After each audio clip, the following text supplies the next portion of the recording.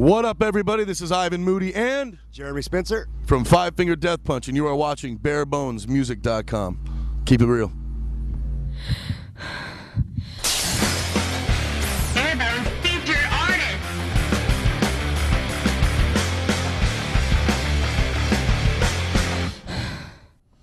Evil G, BareBonesMusic.com. I'm here with Jeremy and Ivan from Five Finger Death Punch. Guys, thanks for joining us. Thank you. Appreciate it. Man. Good to see you. How long is your tour cycle going to continue for this particular record?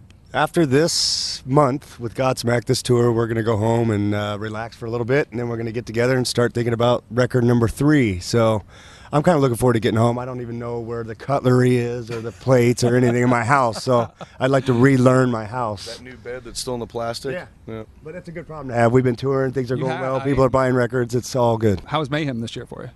Mayhem was awesome. I mean, we got to hang out with a lot of the bands that we've known for years, you know, and just being on main stage was a big difference for us, you know, seeing the difference in production that we got to bring out, and you know, the fans, obviously. It's a little awkward, though, because we're used to being on the second stage areas where you get to have, like, the giant pits, and it's more intimate with the fans. It's, like, right there in your face. Right. Where on main stage, you know, it's kind of... We're in solitary. Back. Yeah, and they're all in seats. So it was a change, man. But like I said, we got to hang out with Rob Zombie this last summer, and for us, especially Jeremy and I, that was a big deal for us. So, yeah, it was cool. A lot of fun.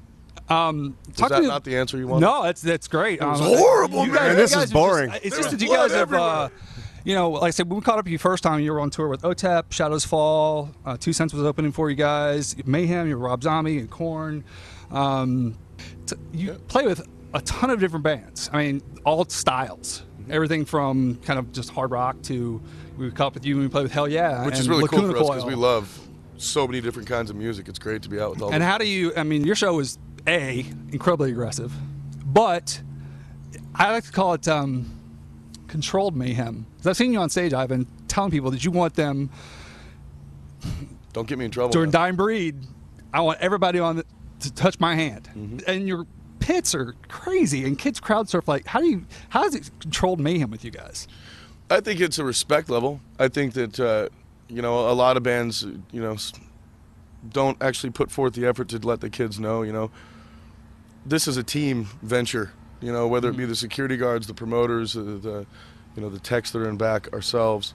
I mean, everybody has to take care of one another. And yeah, I'm not gonna lie, our fans, for whatever frickin' reason, happen to be the loopiest fans I've seen in years. So, but I mean, they all seem to have a deep respect for each other, and they understand that when I tell them to do stuff like that, for me, when I say that, it's more of a disclaimer. Right. Yeah. Because I don't want to be responsible for some guy's poor girlfriend falling over the side of the Right. railing and getting stomped on. You know. Good disclaimer, but they don't always hear it. But I used to really love that when I was a kid. I loved the passion of certain bands. When I went to you know, I saw Pantera and Typo Negative, you know, back right at the beginning of the Vulgar tour, and I was just so awed and blown away by them. Same thing with Sepultura, and I mean, I've seen bands like Tool. You know, I've seen Floyd and In the Dead, and you know.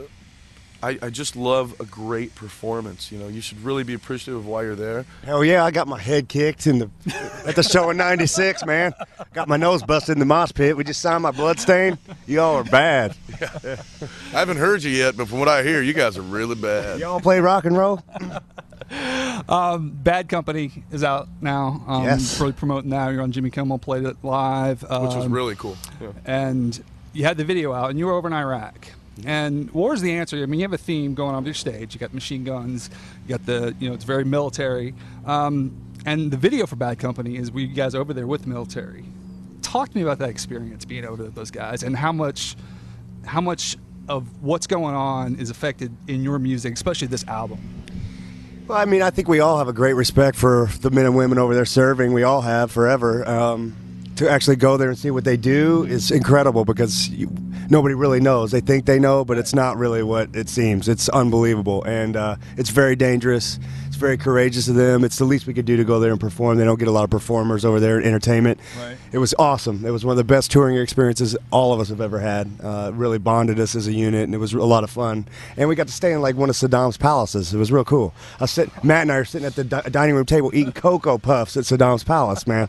It's really cool. It was a really incredible experience. It was actually the Water Palace is where we stayed, right off Camp Liberty, and the rumor is that Saddam had actually had the water shut off to the entire community for over 2 weeks just to fill water around this singular temple that he had, because he had this belief that Allah couldn't see over water, so that anything he did within his palace walls that was quote-unquote bad, he didn't have to answer to God for. So it was a unique experience to be in there, man. But like he said, you know, the next time you take a number 2 on Saddam's golden toilet, it kind of changes you. Yeah, it's pretty cool. War's Answer, like I say, has been out a little over a year now, but it's done really, really well. And again, talk to me a little bit about the theme of that record. Well, for us, I think it's just it's a general idea that, you know, it's not any specific war. I mean, there's so many different kinds, from religious to personal, political. You know, I mean, there's a war every morning for some people just to get up and eat. You know, it's from the dawn of time. It's really been embedded in us, you know, to battle and conquer. So when we first came out as a band, I think a lot of it came from the fact that everybody, well, not everybody, but there were a lot of, you know, naysayers that didn't want to see us get anywhere. And I mean, for us, that battle, that war, there's a B. Hiya!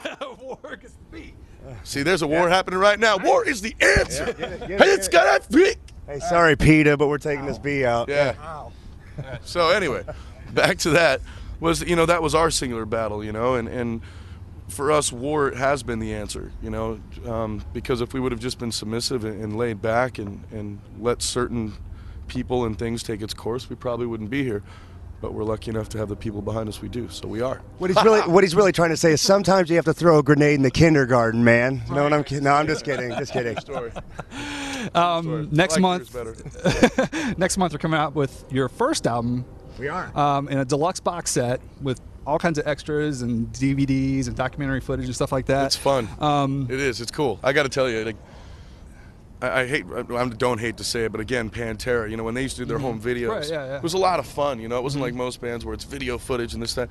And so we went back and we were like, you know, we haven't seen anybody do that in a long time. We really want the fans to know where we're coming from as people and how much fun we have backstage and stuff. So we got together a whole bunch of extra songs and some DVD footage that I'm sure you will never see anywhere else. I was pretty ticky-tacky about some of it.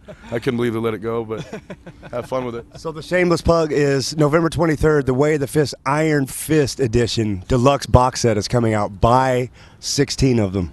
Thank you. So, have you already started the writing process? Do you have bits and pieces? A few things. Are you gonna? Is it going to be like pieces? Yeah, there's some stuff floating around, and like you said, we will woodshed. We'll get. I mean, Zoltan lives a block away from me, so we'll be getting together, and we'll lock ourselves away for a few weeks and come up with some stuff, and then send it over to Ivan, and he'll sprinkle his magic on it. It'll be what it is. It'll be record number 3. Yeah, I mean, that's a lot of our writing process. I don't play any instruments really. You know, a little bit of piano, but I'd never really do that live. So. But no, I mean, these guys, Jeremy and Matt and Jason and Zoe, they're phenomenal musicians, man. So what they do is they sit out in Vegas, they write what they really think should be the structure and send it to me. I put my verses, my harmonies, melodies, choruses, stuff like that down, send it back, we critique it together. It's funny because a lot of people don't know the music you hear on the CD is exactly how I received it. Oh, really? Yeah, we changed. You already got it mixed down and everything. We changed very, very little. It's pretty minimal. I mean, there's just a lot. We kind of know what each other is going to do, and it just seems to work. So there's not a lot of changes and stuff. We're fortunate. It makes it less painful. Do you know if there'll be a theme on this one? There's going to be oboes, clarinets. Yeah, no, I really don't know. I'm excited to see where it goes. I think it's going to be the obvious next step, and I know that sounds stupid, but it's true. I mean, we're just like anybody else. We evolve as human beings, and we evolve as, you know, bandmates. So I'm really stoked about seeing where this is going. We're using Kevin Churko again. Okay. Yeah. You know, who's probably one of the most phenomenal ears in rock and roll these days. So I'm really looking forward to seeing where this goes as well, man. I think that we've come a long way as you know, teammates. You know, most bands would say we want to make our Black album. I want to make our Kenny Rogers the Gambler. You know what I'm saying? November 23rd. The Iron Fist Deluxe Edition coming out. Get the first album. Grab it. Behind the scenes stuff. Pick up War is the Answer again if you haven't already. If you haven't seen these guys, catch them before they go back into seclusion and get some time off and get to write the new record. Guys, congratulations with everything. Always good luck with you, everything. Man. Thanks for having us. Appreciate it. Thanks, man.